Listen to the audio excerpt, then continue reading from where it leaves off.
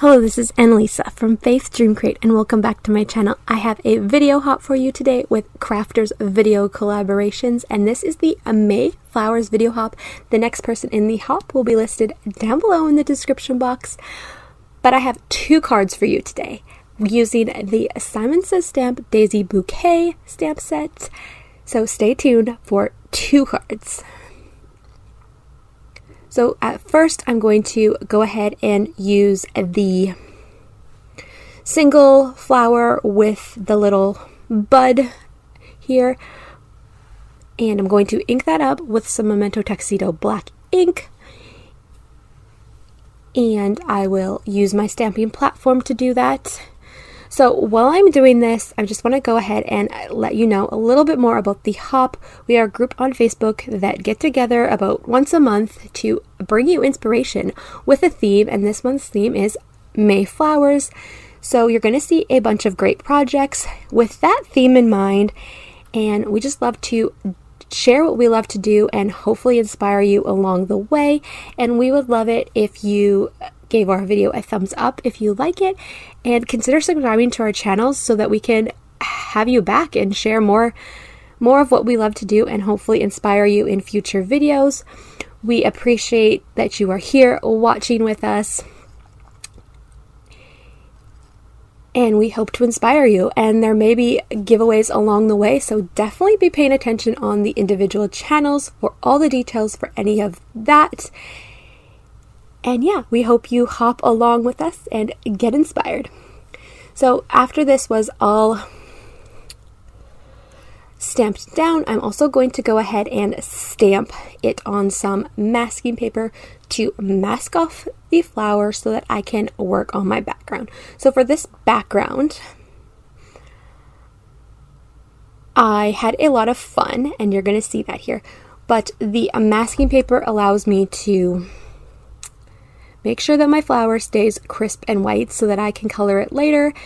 And once you fussy cut it out, or maybe use a die, the coordinating die for it, you can peel off the backing and it sticks right over the image, which is so cool. But yes, so you have so many different options with backgrounds. You can stamp out the background, you can blend the background, you can do so much. Like, I didn't even cover like all of the ways to do backgrounds. You could use scrapbook paper or just cardstock or so many things. But so I wanted to do something different. I've done this before, but not for like a main background. So you're going to see my process here. So I'm using some Distress Oxide inks to use my background. So I just smushed them on to my glass mat here. And then I'm going to use my sprayer and spray some water on there. And then I'm going to grab a paintbrush and just splatter that Distress Oxide onto the background to create a fun splattery effect. And this is so fun to do. And I just wet it until I was happy with it. Gives it a different look. And by having that masking paper on there, the flower stays crisp and white so that I can color it in later. And I thought that it still needed a little bit more, as it still felt quite plain to me. So I pulled out some of my mica powders from Michael's Recollections that I have created. And this is the gold, and it was already water-based, so I just sprayed that down and then used my paintbrush to flick it on there and splatter it on, and then it added that extra element that it needed and gave it some sparkle and some shine. And then also for the second card, you are going to see that there is such a lot of that ink left over, and I just could not wipe it away. I was like, I can make another card with this. So I just went ahead and brought in another card base and used the ink up that I had there. And I didn't film the whole process of that, but there it is. I used up the ink, and this is the background that I created. And to bring in a little bit more sparkle and shine for this one, and I was just experimenting, I'm using the purple mica powders And this one didn't stand out as much as the gold, but it still definitely added a little bit more to the background and made it stand out a bit more, and definitely a fun process. And I will link to as many things down below in the description box as I can. If you are curious about any of the supplies that I am using, you can find all that information down below. So hopping back to the first card that I created, taking that mask off, and you can see that I still have a crisp image underneath. And then I'm using some Copic markers to just do basic coloring. I didn't even blend anything, just added the color to make that image a purple to match the theme of the card. Super simple coloring.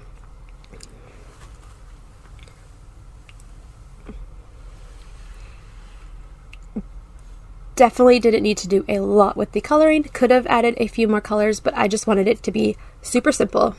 And then I will add the green in for the coloring. I usually use Spectrum markers, but I have a few Copics and use them for this. Alright, so now that the coloring is all done, I'm going to go ahead and work on my sentiment. So I'm using the Simon Says Stamp embossing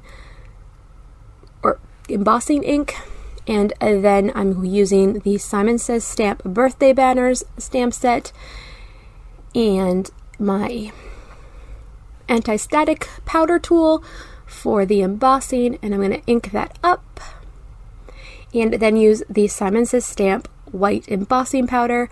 Oh, and this is the sentiment Celebrating You Today from the Daisy Bouquet stamp set as well, and the happy birthday from the birthday banners. So I love how the white pops on the black paper and it just stands out and gives so much to a card. Brings in that finishing touch. So just cutting the sentiments down here into strips, and then I will be able to go ahead and adhere them to the card.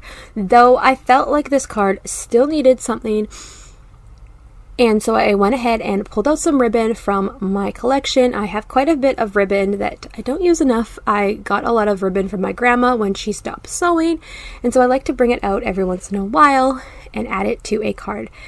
So here I am adding it to the card, and I actually ended up putting the double-sided tape on the wrong side. It would have looked fine, but I really loved the vintage detail in the ribbon, so you're gonna see that little bit of process here. There is the vintage piece, but then the other piece was just the purple, so I went ahead and fixed that, and I'm getting that adhered down to the card. I love bringing in these elements of ribbons and different elements every once in a while to make a card different and stand out. And then I'm just adhering my sentiments and just adhered them a little bit over the ribbon. And that finishes off card number 2. And then card number 1, sorry. That was card number 1. And for card number 2, I made this even simpler. So I put it into my I put it into my stamping platform, and inking up one of the images from that Daisy Bouquet stamp set, and left it like that, and added a happy birthday sentiment, the same one from card number 1, and then pulled out some polka dot ribbon and adhered that down, and that was my card. Super simple. Created the background with some leftover ink, grabbed out the stamps and played with it, and I had a second card like that. So definitely try and create cards, a couple cards if you can, from leftover things or things that you already have out. It's interesting to experiment and to see what you can come up with. So just finishing up that card. So that completes my video and the 2 cards, and thank you so much for watching. I hope you liked today's video. If you did, give it a thumbs up and consider subscribing to my channel. I would love to have you join me on this crafting journey, and definitely check out the link to the next person in the hub, and I'll see you next time. Bye for now.